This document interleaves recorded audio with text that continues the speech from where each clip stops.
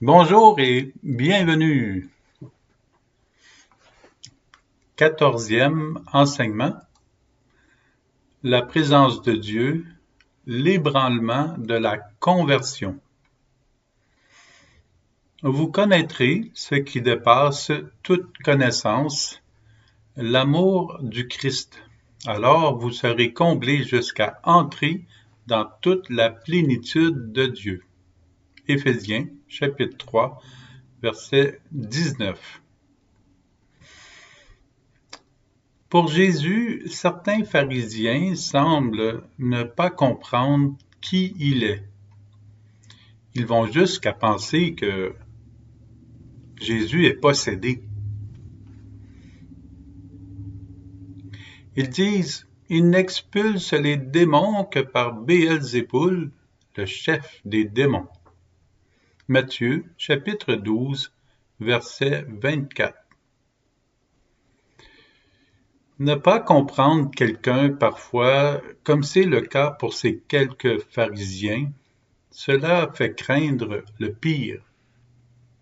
Ils se laissent piéger dans le mensonge. Le mal leur joue des tours. Ils ne connaissent pas Jésus. Ils ne le suivent pas. Alors, il ne reste qu'à le condamner comme s'il a perdu la tête, comme s'il est possédé même.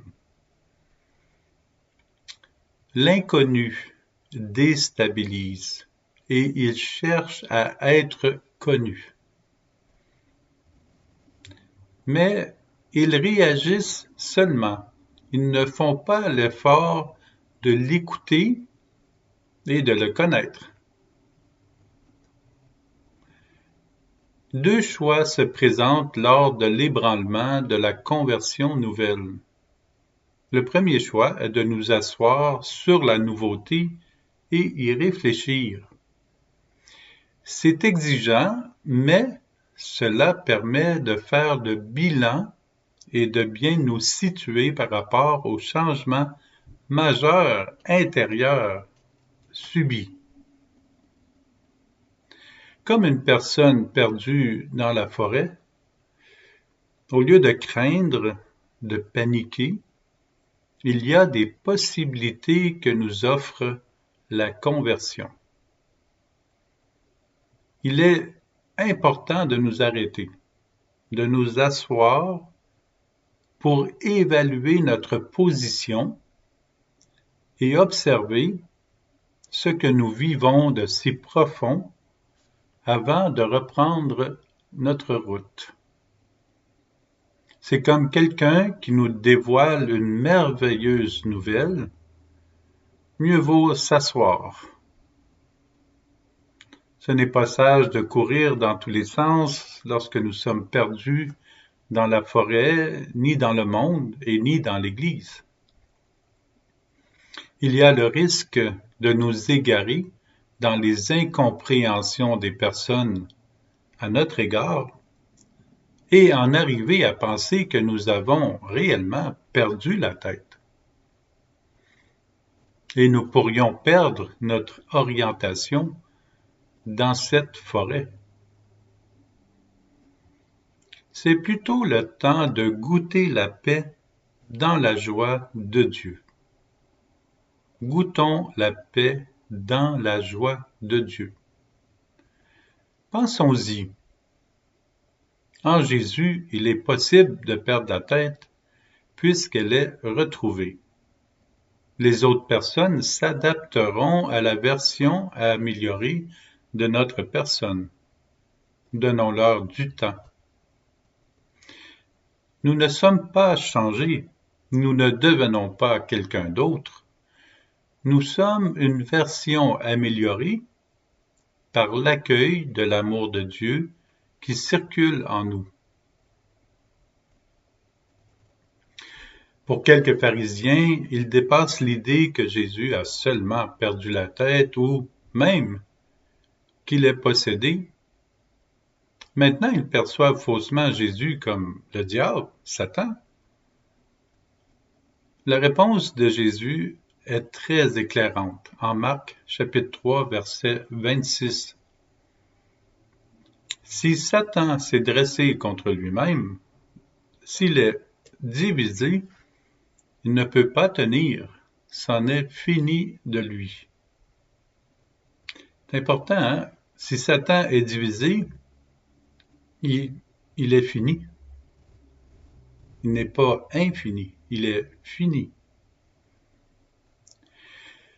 Jésus parle de la nature du mal, de Satan, du diable, divisé. Et quelque chose de divisé ne tient pas.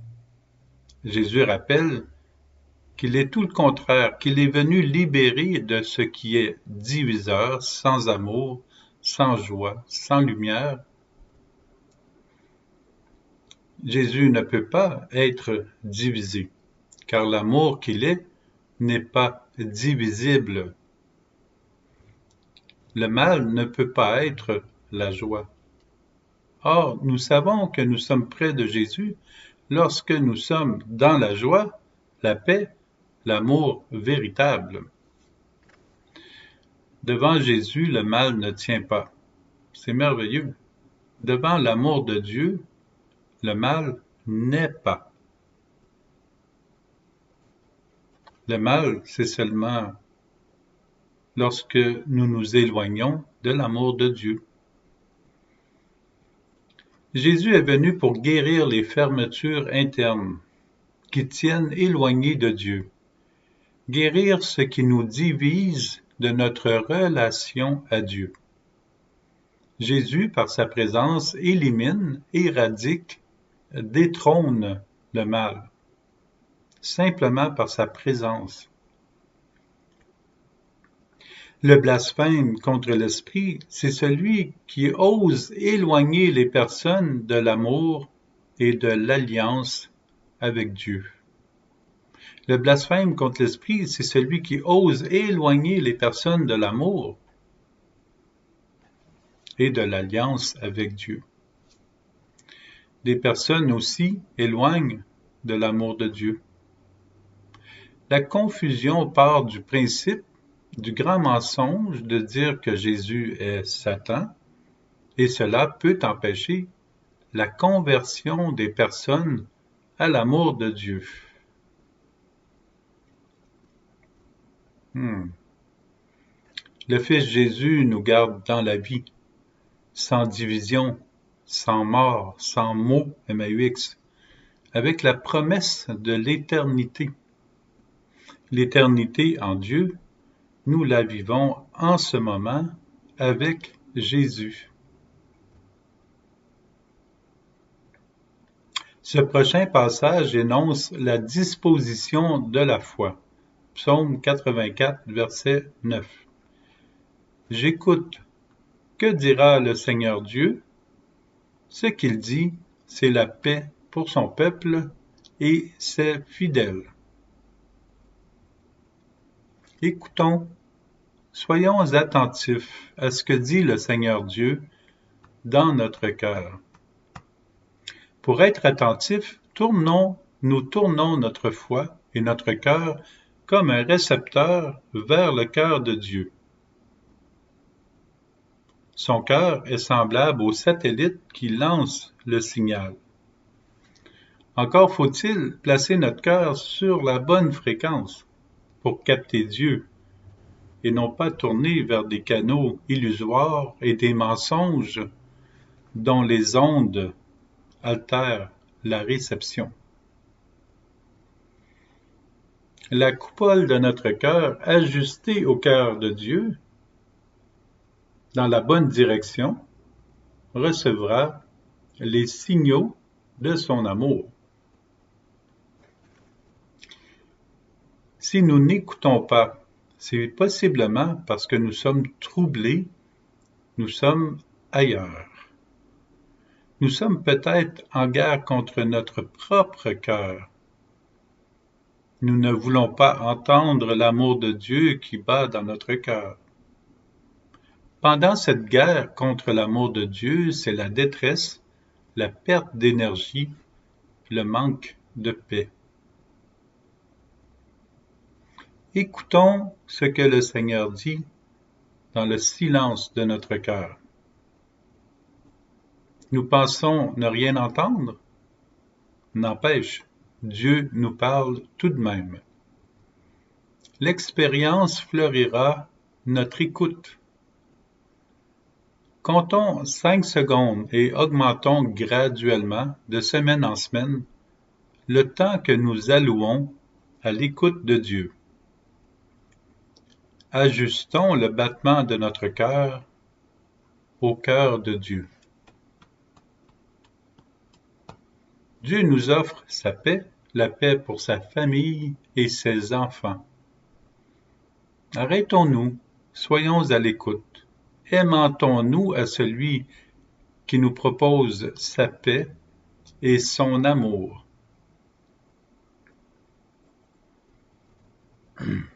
Dans l'Évangile selon Matthieu, chapitre 4, verset 17, Jésus proclame « Convertissez-vous, car le royaume des cieux est tout proche. » Convertissons-nous, ou plutôt permettons au Seigneur d'ouvrir un plus grand espace, un plus grand espace dans notre cœur chaque jour, et obtenons le royaume, l'amour de Dieu en partage. Notre oui à Dieu nous permet de vivre immédiatement dans le royaume de Dieu. Ce qui est à Dieu est à nous. Ce qui est à nous devrait être remis à Dieu et pour remercier Dieu. Permettons à Dieu d'être Dieu dans notre cœur et dans celui des autres. Découvrons l'amour infini de la Trinité.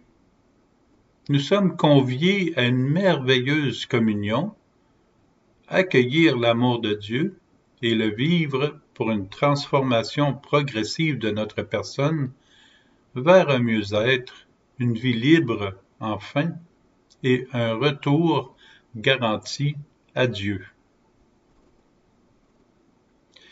Conversion du cœur, conversion de notre personne aux personnes de la Trinité, écoute de ce que la sagesse de Dieu propose, observer et contempler l'œuvre de Dieu dans les cœurs. Ainsi, nous nous ajustons graduellement au diapason de l'amour de Dieu. Nous devenons semblables à la lumière du Christ, à l'image de Dieu, à l'amour. L'offre demeure, choisir l'amour de Dieu, et elle était déjà là en nous, comme maintenant. Pour recevoir autant d'une si grande promesse, notre demande à Dieu devrait être simple, rapide et en ce moment. Permettons à Dieu de réaliser son amour, sa paix, sa joie en nous. Continuons de dire oui à Jésus par notre cœur, par notre nouvelle tête et par notre vie. Nous lisons à chaque messe cette vérité lors de l'échange de la paix. Seigneur, pour que ta volonté s'accomplisse, donne-nous toujours cette paix. La volonté de Dieu est de recevoir sa paix. C'est ça la volonté de Dieu, c'est tout simple. Recevoir sa paix. Maintenant, en ce moment, recevons la paix de Dieu puisque nous savons qu'avec son amour que nous recevons en ce moment, nous recevons aussi la vie, l'âme, l'esprit, la paix et la joie. Dieu continue de nous aimer et nous conduit à une vie plus sage, plus belle, plus réelle, remplie de ses beautés, de son œuvre. Dieu nous attire à lui. Il est ici, là, en nous.